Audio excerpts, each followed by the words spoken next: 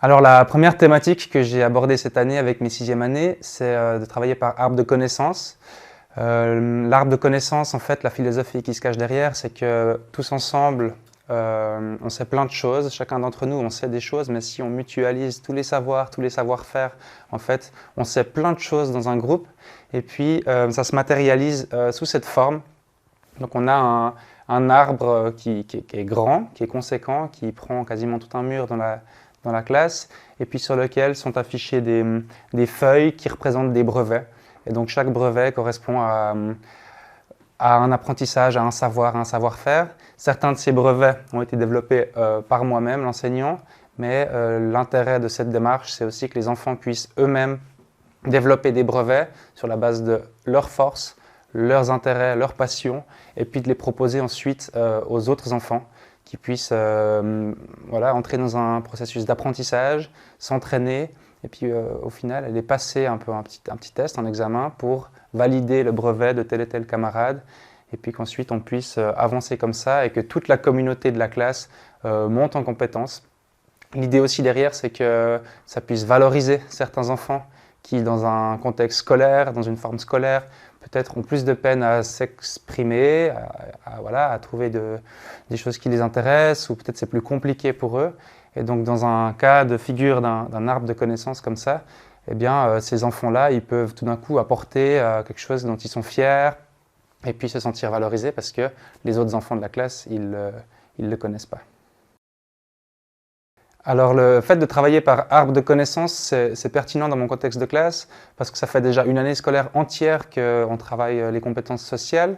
Donc on est quand même arrivé à une situation où il y a pas mal de bienveillance entre les enfants.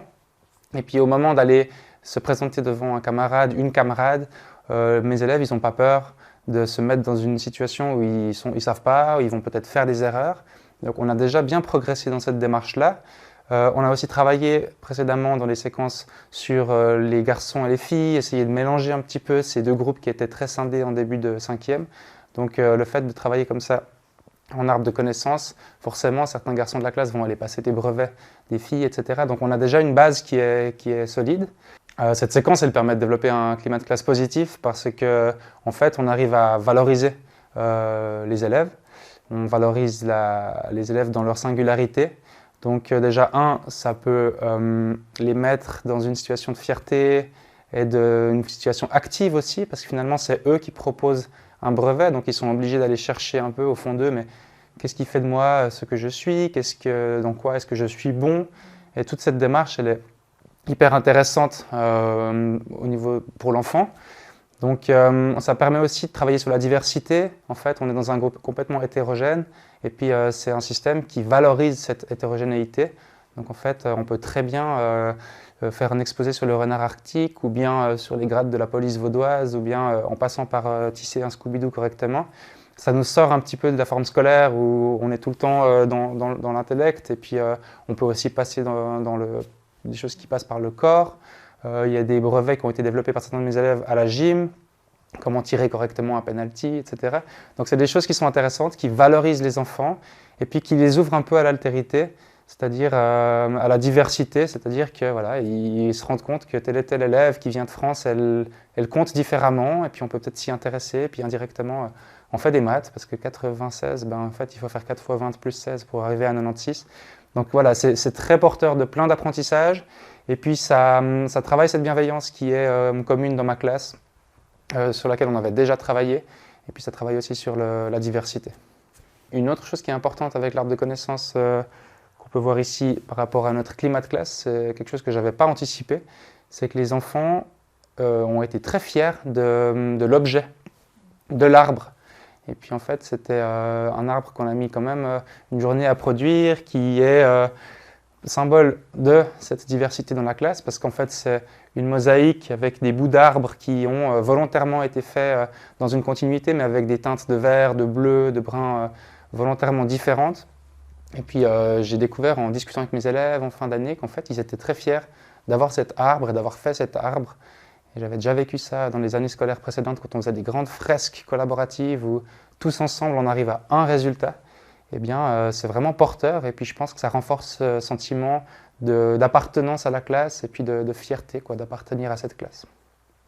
L'objectif principal de ma séquence, c'est que mes élèves soient capables de fonctionner de manière autonome dans un système d'arbres de connaissances. Alors, on peut peut-être définir un petit peu ce que ça veut dire.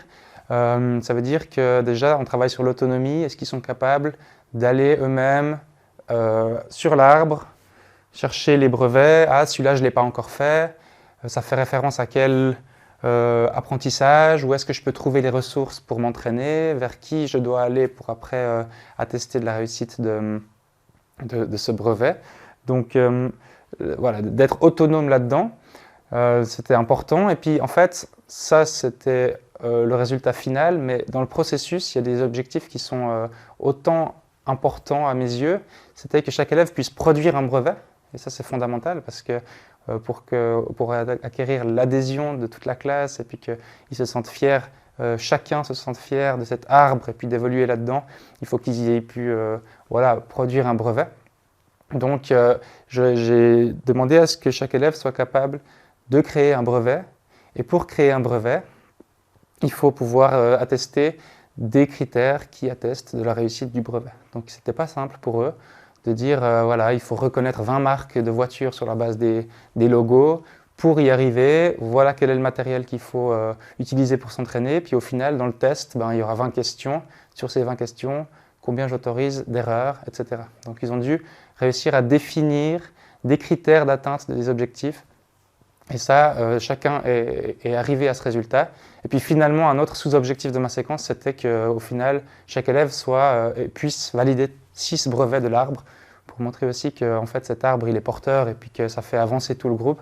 Dans cette séquence par arbre de connaissances, on peut faire des liens entre les compétences EDD et puis ce qu'on trouve dans l'éducation et développement durable et ce qu'on trouve dans le plan d'études roman.